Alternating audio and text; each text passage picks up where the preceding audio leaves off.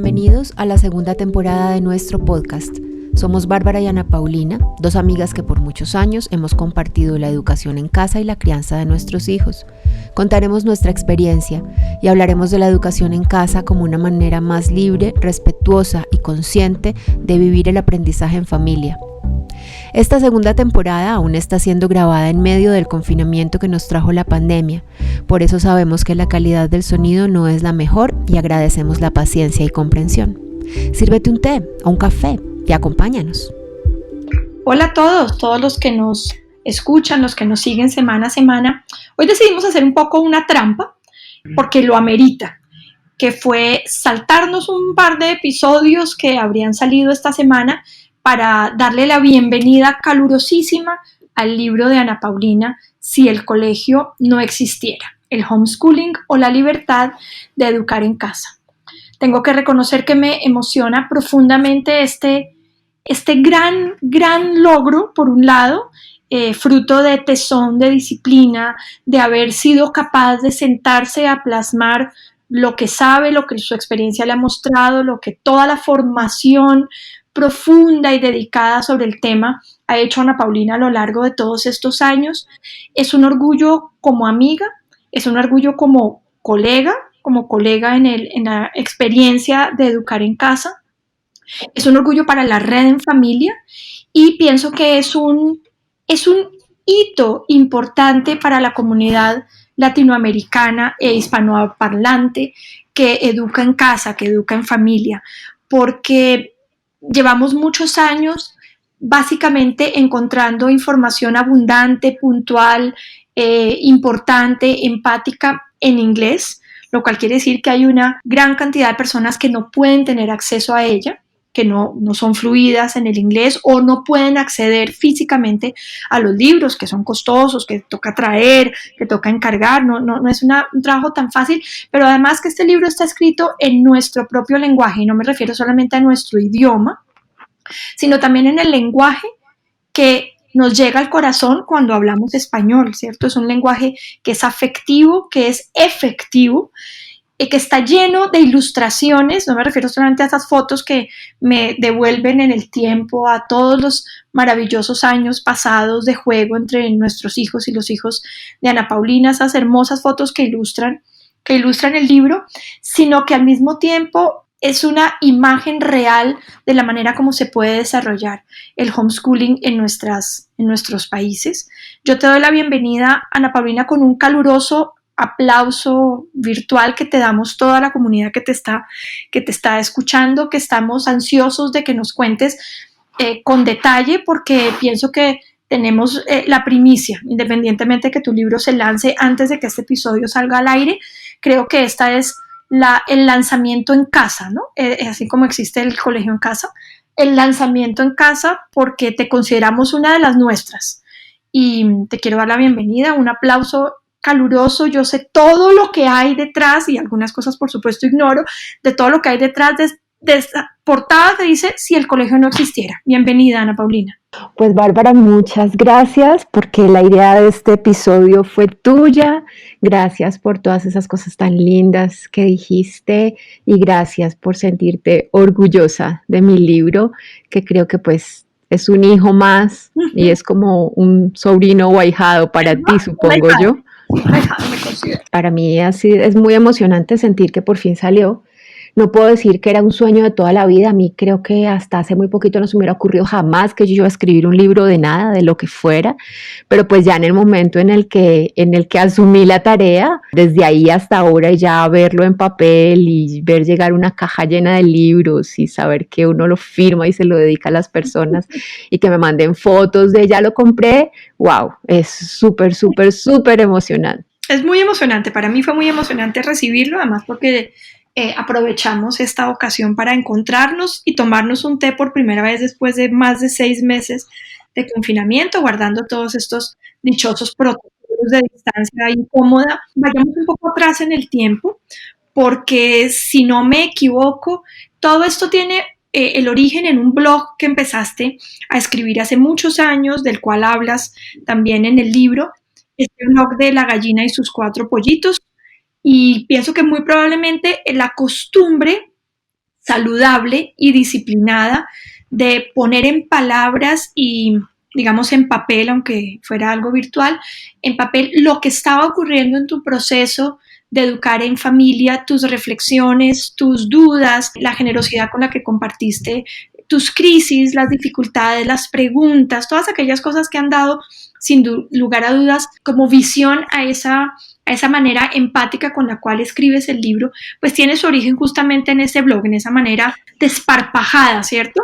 De contar exactamente sin tapujos y sin demasiado barniz lo que estaba ocurriendo en el proceso de educar en casa. ¿Por qué no nos devolvemos esos años y nos cuentas un poco cómo empezó ese proceso? Yo empecé ese blog cuando llevábamos un año educando en casa, casi al tiempo que cuando tuvimos nuestra primera reunión que le dio origen a la red en familia. No recuerdo cuál fue primero, pero fue muy al tiempo. Y la idea era llevar algún registro, hacer algún tipo de diario de lo que iba pasando en mi familia mientras estábamos educando en casa. Y éramos una familia numerosa y yo tenía una niña de 11 y un niño de 9 y una niña de 4 y un bebé de 2 y era todo esto que no era fácil. Y fue un desahogo y fue como ir dejando un registro y no sé si pueda llamarse un legado.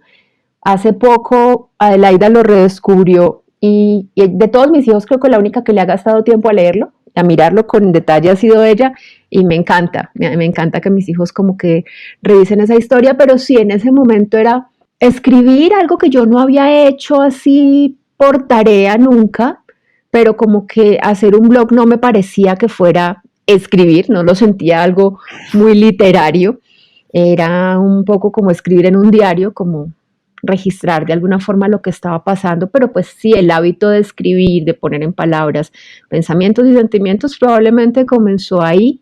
Era un blog bastante particular porque pues en esa época era la época de los blogs, eso era como así como ahora es la época de Instagram o Sí. en esa época eran los blogs y lo normal, digamos, en ese origen de lo que ahora son las redes sociales es que la gente muestra solamente lo bonito. Pues igual uno en el álbum de fotos solo pone las fotos bonitas, pocas veces pone una foto de un momento desagradable y en las redes pasa lo mismo y eso pasaba en los blogs. Entonces cuando uno veía los blogs de las mamás homeschoolers, sobre todo las gringas, eran perfectas, ellas tenían su casa limpia, cocinaban, desayunaban con pan recién horneado, almorzaban con ensalada hecha con las verduras de su huerta recién cosechadas y además hacían el homeschooling perfecto con sus hijos y siempre estaban sonrientes y hasta maquilladas ellas y todo era perfecto y todo era divino. Entonces para una mamá era súper frustrante ver eso, saber que uno no les llegaba ni a los talones, que la vida de uno era un caos, pero uno empieza a darse cuenta que todo el mundo está viviendo el caos, incluso ellas que muestran toda esa perfección. Pero en mi blog yo mostraba el caos y yo me quejaba y yo ahora lo leo y digo, por favor, qué depresiva esta mujer. Claro, tenía mis momentos muy fuertes y de mucho cansancio, pero yo lo ponía ahí y muchas de las seguidoras que tenía me seguían justamente por eso. Claro. Porque mi blog no era perfecto, porque se identificaban, porque por fin alguien se quejaba de que había que lavar muchos platos en la casa. Por fin alguien se quejaba de que es que tener todos estos hijos, a mí, ¿cómo se me fue a ocurrir? ¿Sí? Alguien se quejaba y eso era como el toque especial que tenía mi blog.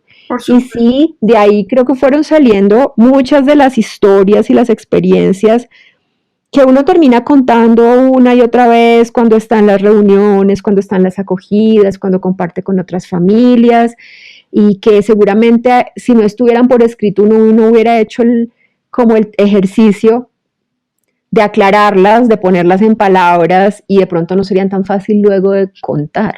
Claro, y eso me trae a mí a una segunda pregunta. Es cómo es el proceso de pasar de digamos, desahogo personal, ¿cierto? Completamente personal, en donde está todo cargado de la realidad de lo que uno es y de lo que uno hace, a escribir un libro en donde se necesita tener al mismo tiempo un paso hacia atrás, ¿cierto? Un poder mirar a la distancia para no convertirse simplemente en una especie de egoteca de lo que yo hago o no hago, de lo que me gustó y de lo que me costó trabajo, sino que al mismo tiempo haya una visión un poco digamos, más objetiva, adicionalmente informada, que es evidente cuando yo solamente he tenido la oportunidad de hojearlo, y tuve la oportunidad de hojear también como tu borrador, ¿no? Antes de que esto llegara pues, a la editorial.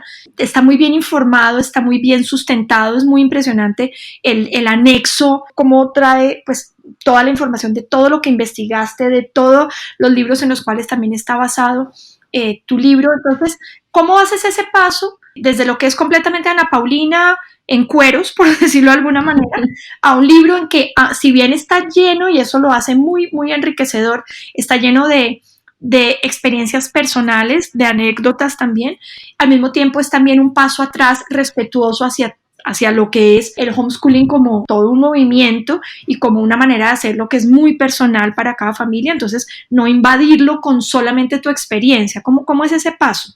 Pues es que en realidad han pasado años, ¿no? Porque el blog lo empecé a escribir hace 12 años, entonces de allá a acá pues han pasado muchas cosas, no solo ha sido vivir mi experiencia, tú lo sabes, ha sido el trabajo a través de la red que me ha permitido conocer otras familias y ser testigo así de primera mano de muchísimas, muchísimas otras experiencias. Eso por un lado, entonces eso me saca un poco fácilmente de mi propia experiencia y de que yo sea el centro.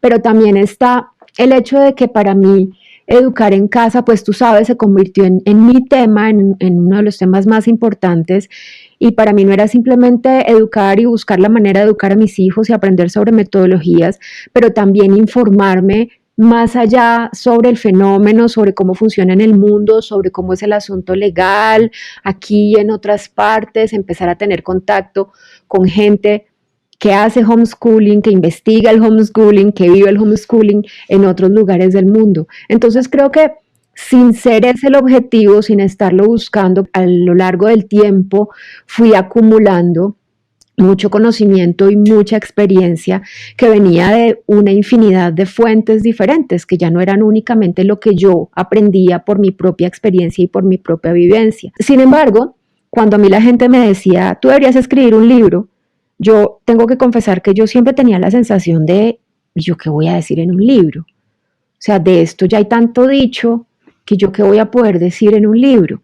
Esa siempre era mi reacción cuando me decían escribe un libro. Sin embargo, pues ante tanta insistencia en algún momento me entró la idea, me entró el cuento a la cabeza y dije, bueno, está bien. O sea, yo pienso que no tengo nada que decir, bueno, venga, me siento y saco una lista de todos los temas que existen alrededor del homeschooling, todas las preguntas que hacen, todo lo que la gente quiere saber, todo lo que se puede decir, todo lo que se necesita saber para entender la educación en casa. Ese fue el inicio del libro. Eso fue una lista que me senté un día en uno de mis sitios favoritos aquí en el Parkway, en el Templo T, y ese día me senté con un cuaderno y me puse a escribir y saqué una lista de 60 temas. Ya frente a esa lista yo dije, bueno, como que sí hay con qué armar un libro. Entonces ese fue el inicio y de ahí salió realmente el libro. Bueno, me gusta eso porque empezamos a entrar justamente en la pregunta que quería hacerte ahora, que es, para todos los que nunca lo hemos hecho, ¿cómo es el proceso de escribir un libro? ¿Qué hiciste? ¿Cómo es? O sea, es puro, entremos tras bambalinas, ¿no? Como se dice. ¿Cómo es que organizas la información, que decides los capítulos, ¿cierto? Ayúdanos, llévanos de la mano de tu experiencia. Cuéntanos un poco para todos los que nunca lo hemos hecho, ¿cómo es ese proceso? Bueno, pues yo no sé si este sea el proceso de escribir el libro, no, fue mi proceso, no, sí, cómo nació mi libro. Entonces, como estaba contándote, pues primero saqué esa lista, ¿no? Y fue saliendo de mi cabeza, creo que principalmente pensando en todas las cosas que le preguntan a uno y todas las cosas de temas que uno ve que están relacionados directa o indirectamente con la educación en casa. Entonces, esto fue una lista sin ningún orden específico, una lista, Y la siguiente decisión que tomé fue que iba a empezar a tomar estos temas uno a uno y escribir sobre uno de esos temas cada semana. Entonces no fue que me hubiera puesto en la labor de ahora soy escritora y escribo todos los días por tarea, sino que empecé con bastante calma, uno de estos temas por semana. Y lo otro que hice fue que para mantenerme como motivada y de cierta forma ponerme a mí misma un poco de presión y no abandonar, empecé a hacer transmisiones en vivo por Facebook al mismo tiempo. O sea, la semana que yo escribí el primer tema, hice una transmisión en Facebook sobre ese tema. Y a la siguiente semana ya tenía escrito el segundo tema porque ya tenía que hacer la siguiente transmisión sobre ese tema. Entonces me obligaba a escribir porque sabía que tenía un compromiso de hacer una transmisión a la siguiente semana sobre ese tema y necesitaba tenerlo ya elaborado. Entonces al sentarme a escribir pues aclaraba ideas y con esas ideas que ya tenía claras hacía la transmisión. Así duré un año escribiendo un tema por semana y haciendo la transmisión esa semana sobre ese tema. A ver, esto empezó en junio del 2018, empecé con esto. Llegó más o menos marzo del 2019 y me entró como el afán de no, yo necesito acelerar esto, aquí me voy a quedar mucho tiempo y yo quiero terminar mi libro ya. Claro. Entonces, en ese momento cambié un poco mi dinámica de trabajo. Los Facebook Live siguieron una vez a la semana, pero yo me puse un horario. Y entonces me levantaba muy temprano porque era como la hora del día en la que había silencio, en la que estaba como, a pesar de que estaba recién levantada y no soy madrugadora, pero como que con la motivación de me voy a sentar a escribir, me levantaba a 6 de la mañana, prendía el computador y escribía 1 hora. Y eso lo hice ya de ahí para adelante tratando de que fuera todos los días. Fueron un par de meses más que me gasté terminando de escribir como todos los temas que tenía pendientes. Ok, eso es un trabajo que es disciplinadísimo de parte tuya y que viene siendo como acumulativo, ¿cierto? Todo eso que nos estás contando. ¿Cómo se llega entonces a la edición? Porque me imagino que hay cosas que descartaste finalmente decir o que tuviste que agregar una vez que ya estaba terminado o aparentemente terminado, le faltaba un toque. ¿Por qué no nos cuentas un poco ya ese chisme de salud? Ok, pues es curioso porque en el momento en que yo dije ya lo terminé, dejé cosas sin incluir. Sentí que necesitaba terminarlo ya, que me iba a quedar ahí, que pues, si seguía, podía seguir incluyendo eternamente y nunca lo iba a terminar. Claro. Y yo quería publicarlo. Claro. Entonces, en ese momento eliminé prácticamente un capítulo, el último capítulo, y algo que quería incluir desde el principio, que eran mis experiencias personales como añadidos intercalados entre todo el texto, que es principalmente informativo. Entonces así lo cerré y así lo empecé a mover. Se lo pasé a un par de personas para que me lo revisaran y en ese momento un amigo escritor lo pasó a la editorial suya, que es Panamericana, y de ahí nunca respondieron. Y otra amiga, que tú la conoces, Alejandra Jaramillo, hablando sobre mi libro un día, me dijo, toma, te doy estos 3 contactos. De pronto alguno de ellos puede darte pistas o darte luces de cómo publicarlo. Digamos que eso ya fue casi hacia final del año y yo ya había investigado cómo es una autopublicación, cómo se publica uno de manera independiente. Aprendí que uno puede o publicar con una editorial grande o publicar de forma independiente, que cada una tiene sus pros y sus contras, y yo realmente quería una editorial grande. Mi objetivo era ese. Si no lo logro, pues bueno, miro cómo consigo la plata y me financio mi autopublicación, pero yo quería editorial grande. Finalmente, con uno de los contactos que Alejandra me dio, logré llegar a Penguin Random House y yo no lo creía. Grande no es palabra, sí, o sea, es que la cosa no era listo, ¿no? Exactamente, yo no lo creía. Y bueno, llegamos. Cuando él me lo recibió, ahí voy a lo que tú me habías dicho que quité y que puse. Cuando él me lo recibió y lo miró, me dijo que le veía muchas posibilidades, pero que le parecía que le hacía falta que hubiera experiencias personales mías ahí. Okay. Entonces, como yo ya lo tenía pensado, no fue difícil incluirlo, solo que ahí ya tenía la motivación para sentarme a hacerlo en una semana. O sea, me dio una semana y una semana me senté y escribí todas las experiencias personales que quería intercalar en el libro y ya se lo entregué con eso añadido y ya así sí lo presentó en la editorial. El argumento de él era, este es un tipo de libro que necesita, o sea, es muy informativo, entonces necesita generar algún tipo de conexión con el lector y la conexión con el lector es que tú cuentes sobre ti, sobre tu vida y sobre cómo lo hiciste con tu familia. Sí, claro. Él les presentó a las editoras de allá el libro a final de año y a principios de este año me llamaron de la editorial para conocerme y para hacerme preguntas, para tener argumentos y poder defenderlo en el comité editorial. La editorial, el grupo editorial es grandísimo y tiene muchos sellos y hay muchos editores que trabajan ahí y los editores reciben los libros y los proponen en un gran comité editorial donde algunos son aceptados y otros son descabezados. Entonces ellas, las dos editoras que recibieron mi libro, pues necesitaban argumentos para defenderlo y luego ya me llamaron a darme la noticia que había pasado en el comité editorial. Creo que de todas las noticias que he recibido ahí para adelante, esa puede fácilmente haber sido la más emocionante de todas. Por supuesto. La más. Y esto fue finales de febrero, principios de marzo, si no estoy mal. Y pues ya ahí es bueno, te va a contactar nuestro abogado y te va a mandar el contrato para que lo firmes. Y empezó la pandemia. Sí, además.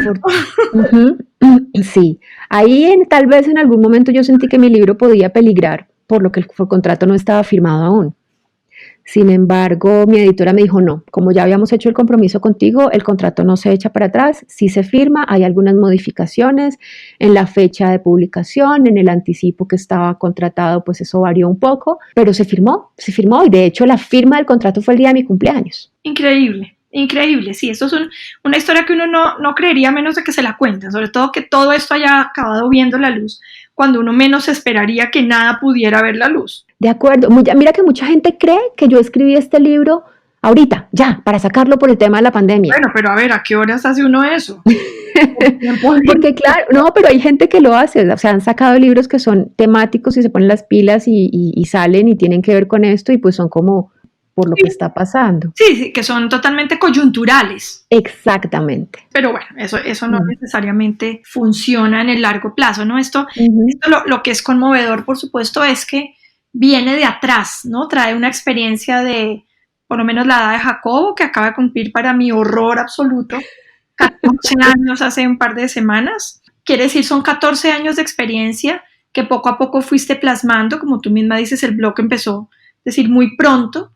Y además tú eres una persona, y eso tiene una ventaja enorme hoy en día, eres una persona que se ha dado a conocer especialmente en la virtualidad, ¿cierto? Esto no es una novedad para ti, porque tú eres una persona muy activa en redes, y no digo que seas conocida pues simplemente porque las redes permiten que cualquier persona se haga famosa, como también ocurre, sino que realmente es fruto de un trabajo concienzudo, de un trabajo honesto, de un trabajo desinteresado y generosísimo que has tenido para la comunidad homeschooler en Colombia y no solamente en Colombia.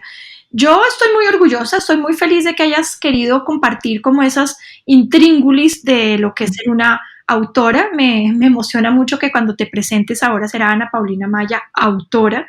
Sí, eso suena muy emocionante y decir mi editora, eso sí que suena, o sea, no lo creo todavía. Pero tenemos un libro real, físico en nuestras manos, además editado, pues, como dirían las abuelitas, con primor. Es lindísimo, ¿cierto? Es una edición casi que uno podría decir de lujo. Es un orgullo para mí como amiga, como te lo decía, como colega, como lo dije al comienzo de este episodio. Creo que había que hacer esa pausa, creo que había que encontrarnos a tomarnos un té real y creo que teníamos que hacer esta entrevista y adelantarnos un poco a toda la avalancha de compromisos que sé que se vienen a partir de esta tarde. Cuéntanos un poco dónde más podemos verte y seguirte en los lanzamientos distintos del libro. Digamos que lanzamientos oficiales desde la cuenta de la editorial va a haber 2. El de esta noche, que es por Instagram, que me va a estar entrevistando Carolina Molina, que también es una editora de la misma casa editorial. De hecho, su libro salió con el mismo sello que salió el mío, que es Vergara. Y tiene una niña chiquita y está incursionando en el homeschooling, entonces pues creo que va a ser una charla muy bonita como entre 2 mamás, pero también entre 2 personas que tienen experiencia en trato con familias. Creo que va a ser una charla muy bonita la de esta noche y esa va por Instagram desde la cuenta de la editorial que se llama Me Gusta Leer Co.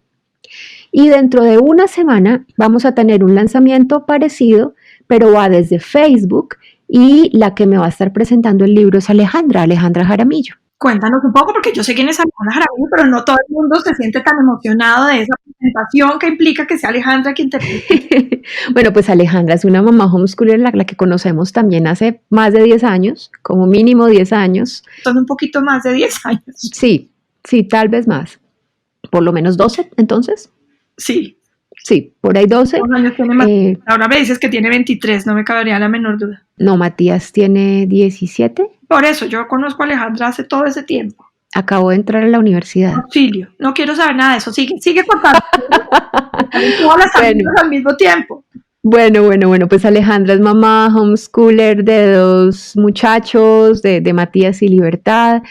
Somos amigas, digamos, nos conocemos hace todo ese tiempo, pero ella y yo somos más cercanas hace unos cuantos años, y estuvo siempre muy pendiente de mi libro, entonces también, pues, para mí es un honor que ella me haya ofrecido presentarlo, y pues esta es una presentación hecha desde adentro, ¿no? Desde la mamá homeschooler escritora, entrevistando a la mamá homeschooler escritora. Entonces ese también pues va a ser otro estilo completamente diferente, pero tengo una expectativa gigantesca con esa presentación también. No, muy y de resto, yo sé que yo voy a empezar a tener conversaciones con distintas personas desde sus Facebook, desde sus Instagram, para presentarlo. Gente que me ha dicho, quiero presentar tu libro. Por ejemplo, Germán Doin, el productor de La Educación Prohibida, ya me escribió y me dijo, tengamos una conversación para presentar tu libro, y así varias personas, y personas que buscaré yo también, porque pues quiero poder conversar en distintos espacios sobre el libro para seguirlo mostrando.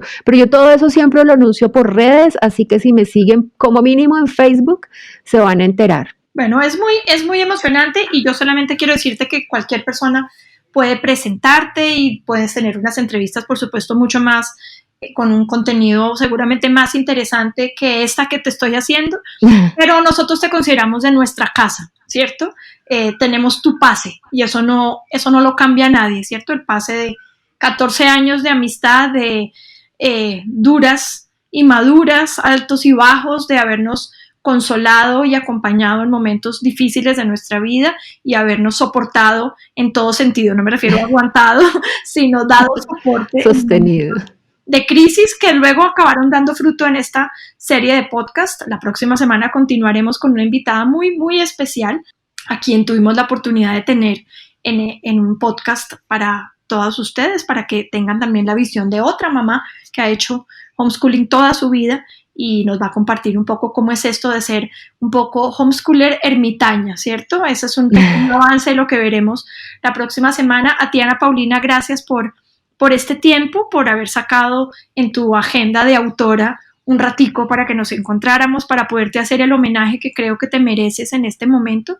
Y a todos ustedes, lo más importante en este momento es comprar el libro de Ana Paulina y encontrar en él todas esas respuestas a todas las preguntas que hemos contestado y otras más que no hemos respondido aún en estos podcasts. Creo que es importantísimo tener ese libro en la mesa de noche, todo aquel que esté haciendo homeschooling en Latinoamérica. Bueno, Bárbara, no, mil gracias por quererme entrevistar, por proponerlo.